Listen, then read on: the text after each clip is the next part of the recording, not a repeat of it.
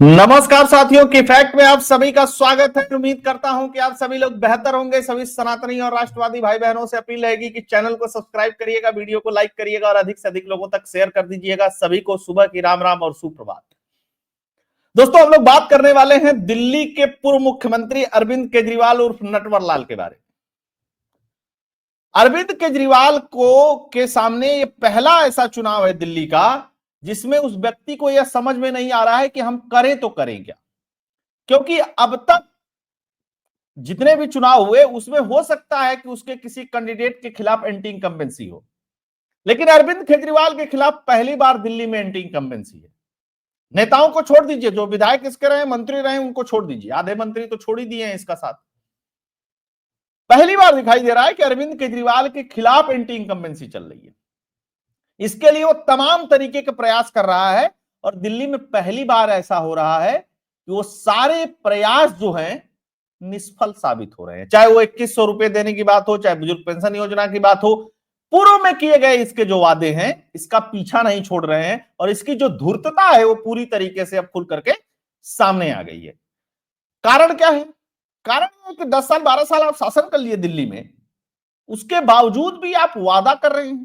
जबकि होता क्या है कि 10-12 साल जब आप शासन कर लेते हैं तो फिर आप जाते हैं जनता के बीच में, अपने काम के आधार पर वोट मांगते हैं कि देखिए हमने ये अच्छा काम किया, ये अच्छा काम किया, ये अच्छा काम किया, जो बचा हुआ काम है हम उसको पूरा करेंगे। लेकिन यहां तो उल्टा है।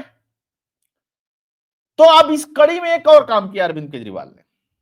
याद रखिएगा, केजरीवाल चिट्ठी लिखने में आजकल बहुत तेज है, किसी को भी चिट्ठी लिख रहा है बैठे बैठे। जेल जब से गया है तब से इसका चिट्ठी कांड बहुत पॉपुलर है। जेल से एक फर्जी चिट्ठी आई थी इसकी, आप लोगों को पता ही है कि अरविंद केजरीवाल ने आतिशी मार्लेना से कहा था, आतिशी मार्लेना प्रेस कॉन्फ्रेंस करके बताई थी, तो पता चला ईडी ने कहा कि फर्जी है, ऐसा कोई चिट्ठी लिखा ही नहीं और वो बाहर आया ही नहीं। उसके बाद इसने नीतीश कुमार को चिट्ठी लिखी थी कि बीजेपी का साथ छोड़ दीजिए। तू कौन भाई, बीजेपी का साथ छोड़ दीजिए नीतीश कुमार से कहने वाला, लेकिन लिखी चिट्ठी इसने। अब इसने चिट्ठी लिख दी है मोहन भागवत जी को। आरएसएस प्रमुख मोहन भागवत जी को अरविंद केजरीवाल ने डर के मारे चिट्ठी लिखी है। और उससे भी मजे की बात, ये जो डर है वो अरविंद केजरीवाल की चिट्ठी में साफ साफ नजर आ रहा है। डर क्या है? डर यह है कि भारतीय जनता पार्टी के पक्ष में आरएसएस दिल्ली के अंदर 50,000 जनसभाएं करना या संपर्क करना या बैठक करने जा रही है, जो भी कह लीजिए आप उसको। हालांकि उसको बैठक ही बोलते हैं, जनसभा नहीं बोलेंगे, बैठक करने जा रही है। इससे केजरीवाल डरा हुआ है। केजरीवाल को पता है कि किस तरीके से इस बैठकों का असर हरियाणा के चुनाव में हुआ और किस तरीके से इन बैठकों का असर महाराष्ट्र के चुनाव में हुआ। एंटी इनकम्बेंसी अलग से चल रही है। अगर आरएसएस 50,000 नहीं, मात्र दिल्ली में 25,000 बैठक कर देती है तो अरविंद केजरीवाल का हारना 100% निश्चित हो जाएगा। उसमें कोई बट लेकिन वाला कोई मतलब ही नहीं रह जाएगा। इसलिए इसने मोहन भागवत जी को चिट्ठी लिखी। चिट्ठी लिखी तो पहले चिट्ठी पे बात करेंगे और जो खेल चल रहा है उसके ऊपर भी बात करेंगे। ये अरविंद केजरीवाल की चिट्ठी है, दिखाई नहीं दे रही होगी। ये बीरेंद्र सचदेवा ने उसमें चिट्ठी लिखी है। मैं उसके मेन अंश को पढ़ता हूं आप लोगों को। अरविंद केजरीवाल अपने लेटर हेड पे चिट्ठी लिखता है कि आदरणीय मोहन भागवत जी, मतलब आरएसएस प्रमुख को या आरएसएस को इतना सम्मान देना, मतलब पहली बार मैं सुन रहा हूं, मतलब केजरीवाल के मुंह से। अच्छा चल ठीक है। प्रणाम, आशा करता हूं कि आप स्वस्थ होंगे। मीडिया में खबरें चल रही हैं कि आरएसएस दिल्ली चुनाव में बीजेपी के लिए वोट मांगेगी, क्या यह सही है? इससे पहले लोग आपसे जानना चाहते हैं कि पिछले दिनों बीजेपी ने जो गलत हरकतें की हैं, क्या आरएसएस उसका समर्थन कर? लोग जानना चाहते हैं, लोग नहीं जानना चाहते हैं। ये दिल्ली का नटवर लाल जानना चाहता है, सिर्फ ये कंफर्म करना चाहता है कि क्या आरएसएस ऐसा काम कर रही है ताकि पहले ही बोरिया बिस्तर समेट करके भाग ले। और ये समझ चुका है कि देखो मेरा चुनाव फंस गया है, अब मैं वो वाली नौटंकी नहीं है जो पहले होती थी। फिर कहता है कि बीजेपी के नेता खुल करके पैसे बांट करके वोट खरीद रहे हैं। क्या आरएसएस वोट खरीदने का समर्थन करती है? भाजपा कहां पैसे बांट करके वोट खरीद रही है? केजरीवाल के पास कोई सबूत नहीं, जबकि यही फर्जीवाल क्या कहता था, आप वीडियो बना लीजिए दोस्तों, आप वीडियो बना करके, तो तेरी औकात है तो तू एफआईआर कर रहे दिल्ली में। नहीं, अगर दिल्ली पुलिस सुनती है तो दिल्ली के डिस्ट्रिक्ट कोर्ट में एफआईआर कर दे। हाई कोर्ट में एफआईआर कर दे, सुप्रीम कोर्ट में एफआईआर कर दे। सुप्रीम कोर्ट में तो अभिषेक मनु सिंघवी जैसा मोटा माल लेकर के तेरी पैरवी करने वाला वकील भी तेरे पास है। बात है कि दिल्ली में भारतीय जनता पार्टी पैसे देकर के वोट खरीद रही है। इसकी दूसरी नौटंकी सुनिए, कुछ दिन पहले जो है बता रहा था, क्या कह रहा था दिल्ली में? दोस्तों, दिल्ली में आम आदमी पार्टी का वोट कटवा रही है वोटर लिस्ट से भाजपा। आज तक किसी को सही सही नहीं पता चल पाया कि कौन उसका वोटर है, कौन उसका वोटर नहीं है। बात समझिएगा इसको। लेकिन केजरीवाल को पता है कि कौन उसका वोटर है, कौन उसका वोटर नहीं है। चुनाव आयोग तो इसको गोपनीय तौर पे रखता है ना, ऑफिशियली तो कोई ऐसा है नहीं। लोग अनुमान लगाते हैं कि इन्होंने वोट दिया होगा या इन्होंने वोट नहीं दिया होगा, एग्जैक्ट तो कोई नहीं रहता उस पर। अगर आप नेताओं को देख लीजिए, वो भी इंडिविजुअल का गोपनीय होता है, तो किसी को पता थोड़ी नहीं कि किसी जो कह रहा है मुझे वोट देने के लिए मुझे वोट दिया या नहीं दिया है। खैर, तो वोट कटवा रहा है, ये इसका ड्रामा किया। जबकि हर चुनाव से पहले एक प्रक्रिया होती है चुनाव आयोग की, वो हर जगह होती है, कोई दिल्ली अनोखा नहीं है, और हर चुनाव के पहले होती है कि जो लोग अपनी जगह छोड़ करके जा चुके होते हैं, अब चूंकि दिल्ली में माइग्रेंट की संख्या बहुत है, लोग आते जाते रहते हैं, जो वो जगह छोड़ करके जा चुके हैं उनका वोट, और जो इस दुनिया में नहीं रहे उनका वोट कट जाता है, और कोई भी 18 साल का नया वोटर रहता है तो उसका वोट जुड़ जाता है। यह सामान्य प्रक्रिया हर जगह होती है। मैं इस बात से इनकार नहीं कर रहा हूं कि बीएलओ बहुत जगह इसमें खेल तमाशा करते हैं, किसी का छोड़ देते हैं, किसी का गलत नाम दे देते हैं, किसी का काट देते हैं, कोई अगल बगल बैठ करके एक दो आदमी किसी से खुंदक रहती है तो कटवा देता है। ये मैं इससे इनकार नहीं कर सकता हूं, लेकिन ये ग्रामीण स्तर पे होता है, शहरी स्तर पे ऐसा देखने को नहीं मिला है, क्योंकि एक दूसरे के बारे में पूर्णतया जानना शहर में यह संभव नहीं है। लेकिन बीएलओ का काम क्या होता है, चुनाव आयोग का काम क्या होता है, जिसको सौंपा जाता है वो हर घर में जाता है, और हर घर में इस प्रक्रिया को अपनाया जाता है, और उसका एक फॉर्म भरा जाता है, और उसके बाद वोटर लिस्ट बन करके आती है। खैर, वो भी दाव इसका नहीं चला। ये खूब बोला कि यहां कट गया, वहां कट गया, इधर कटवा दिया, 9 लाख कटवा दिया, 6 लाख कटवा दिया। अच्छा, फिर क्या हुआ? फिर ये नया दाव लेकर के आया कि अब पैसे देकर के खरीदने। प्रवेश वर्मा ने अपने एनजीओ के माध्यम से कुछ महिलाओं की मदद कर दी थी उसके ऊपर। अच्छा, दूसरी तरफ मोहन अब इसको एक खबर लग गई कि 50,000 बैठकें करेगा आरएसएस। अब 50 लाख बैठक अगर 50,000 बैठक अगर आरएसएस कर देगा तो केजरीवाल की क्या स्थिति होगी? एंटी इनकम्बेंसी पहले चल रही है, कांग्रेस वाले इसकी गर्दन दबोचने के लिए तैयार है।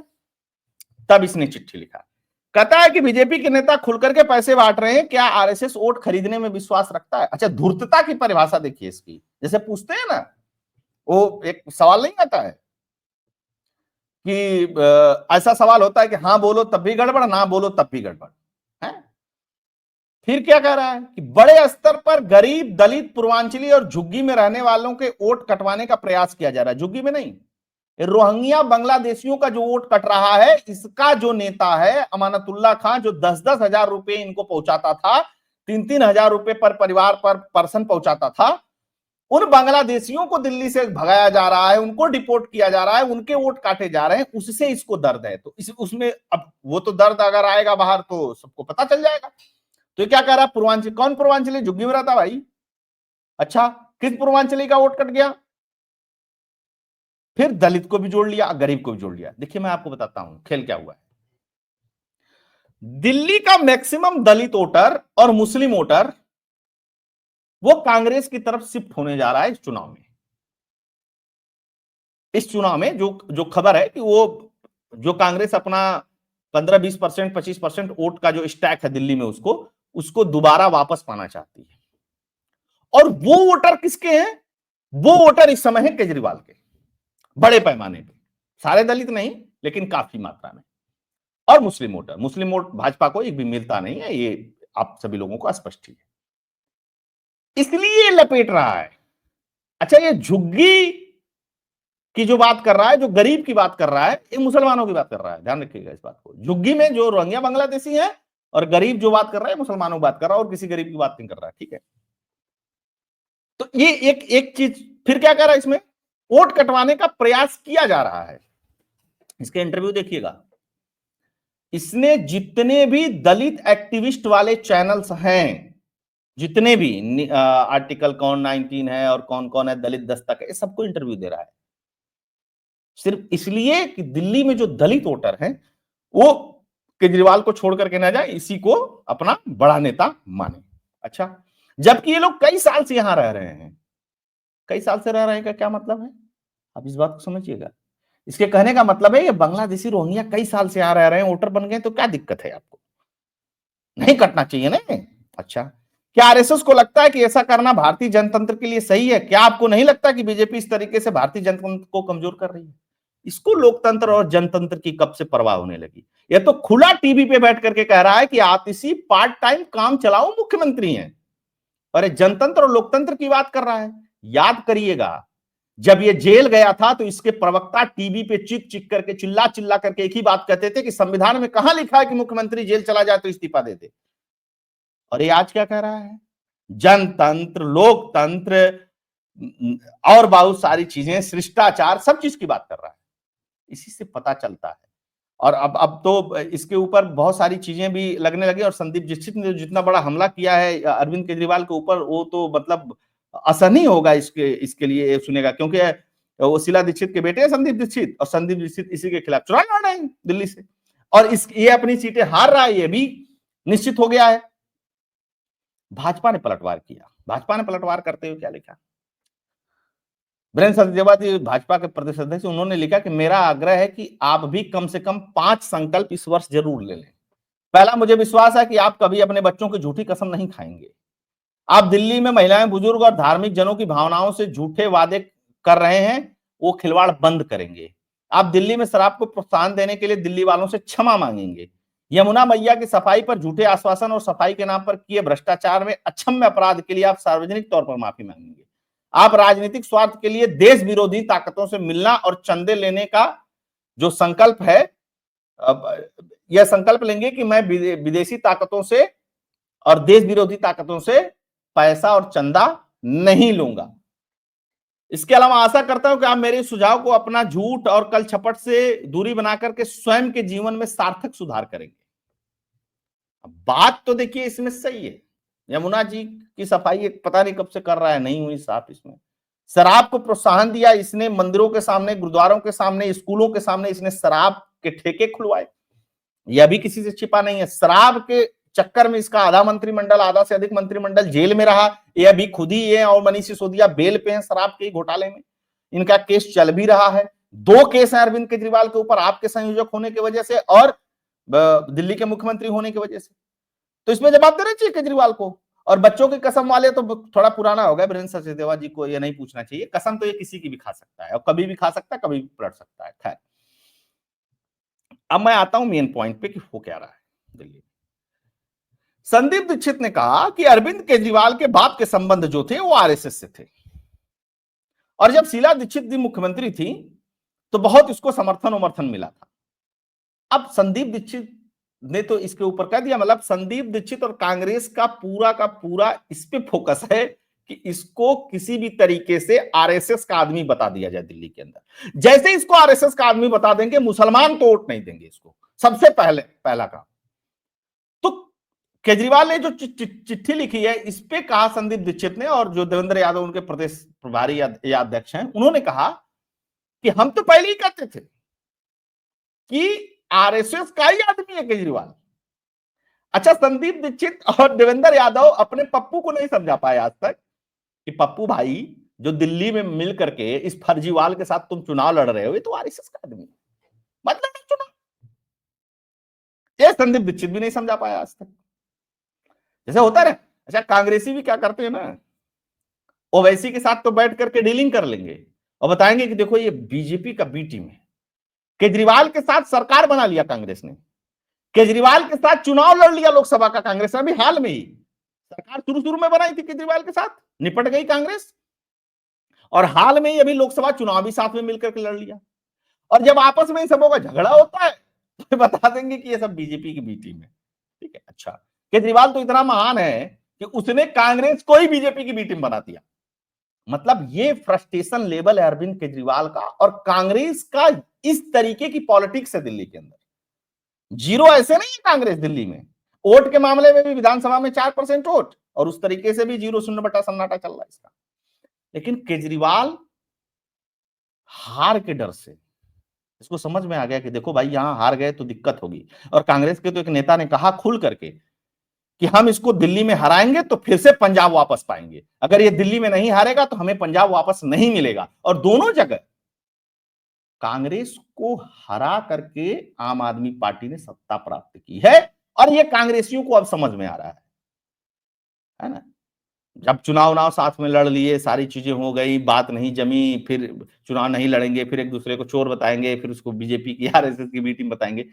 आरएसएस के सामने दंडवत इसलिए केजरीवाल हुआ है कि इन सवालों को उठा करके आरएसएस के खिलाफ एक माहौल बनाए दिल्ली में, ताकि आरएसएस जब 50,000 बैठकें करे तो उन बैठकों का असर नहीं हो। अरविंद केजरीवाल को एक पता होना चाहिए कि आरएसएस ने अगर ठान लिया है कि वो 50,000 मीटिंग करेगी और चीजों को दुरुस्त करने की कोशिश करेगी और चीजों को फेवर करने की कोशिश करेगी, तो अरविंद केजरीवाल के हैसियत के बाहर की चीज है। एक संघीय मुख्यमंत्री है, कई सारे संघीय मुख्यमंत्री हैं इस देश में, प्रधानमंत्री है तीसरे टर्म का आरएसएस का ही आदमी। तुम्हारे चिट्ठी लिखने से आरएसएस को कोई फर्क पड़ जाए या आरएसएस को तुम कुछ कर पाओ, नेहरू इंदिरा नहीं कर पाई, है ना। आरएसएस तब से है जब अरविंद केजरीवाल के पिताजी भी नहीं पैदा हुए थे इस देश में, है ना। तो ये सोच रहा है कि जैसे मैं दिल्ली में सब कुछ प्रोपेगेंडा फैला रहा हूं, आरएसएस के सामने भी चल जाएगा, तो इसका प्रोपेगेंडा चलने वाला नहीं है। लेकिन सबसे मजे की बात क्या है, इस खेल में अब मजा आएगा। याद करिएगा, उद्धव ठाकरे ने भी आरएसएस को चिट्ठी लिखी थी विधानसभा चुनाव से पहले कि हमको बताइए, हमको बचाइए, अमित शाह के प्रकोप से, बीजेपी के प्रकोप से ये लोग बड़ा गड़बड़ कर रहे हैं हमारे साथ। आरएसएस ने बैठक करके उद्धव ठाकरे को पूरी तरीके से निपटा दिया, ऐसा निपटाया कि उद्धव ठाकरे की अब स्थिति वापस पुनः हिंदुत्व वाली आ गई है कि अब हम हिंदुओं के लिए काम करेंगे। और क्यों किया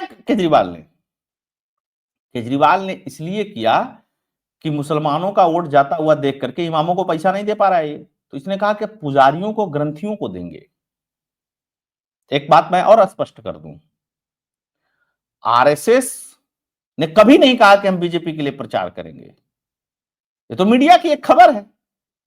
अगर आरएसएस करेगी भी तो केजरीवाल को पता नहीं चलेगा कि आरएसएस ने कब मीटिंग कर ली, कब बैठक कर ली।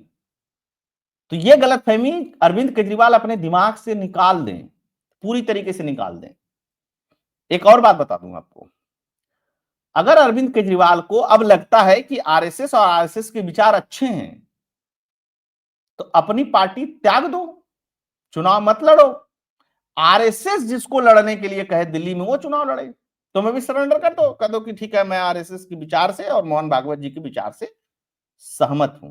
बेसिकली क्या है ना कि इसके जो फुलटरू है अगल बगल वाले ना, इसको समझा देते होंगे, देखो आरएसएस की मोदी जी जम नहीं रही है इस समय, एकदम नहीं जम रही है, तुम लेटर लिख दो, तुम्हारा काम बन जाएगा।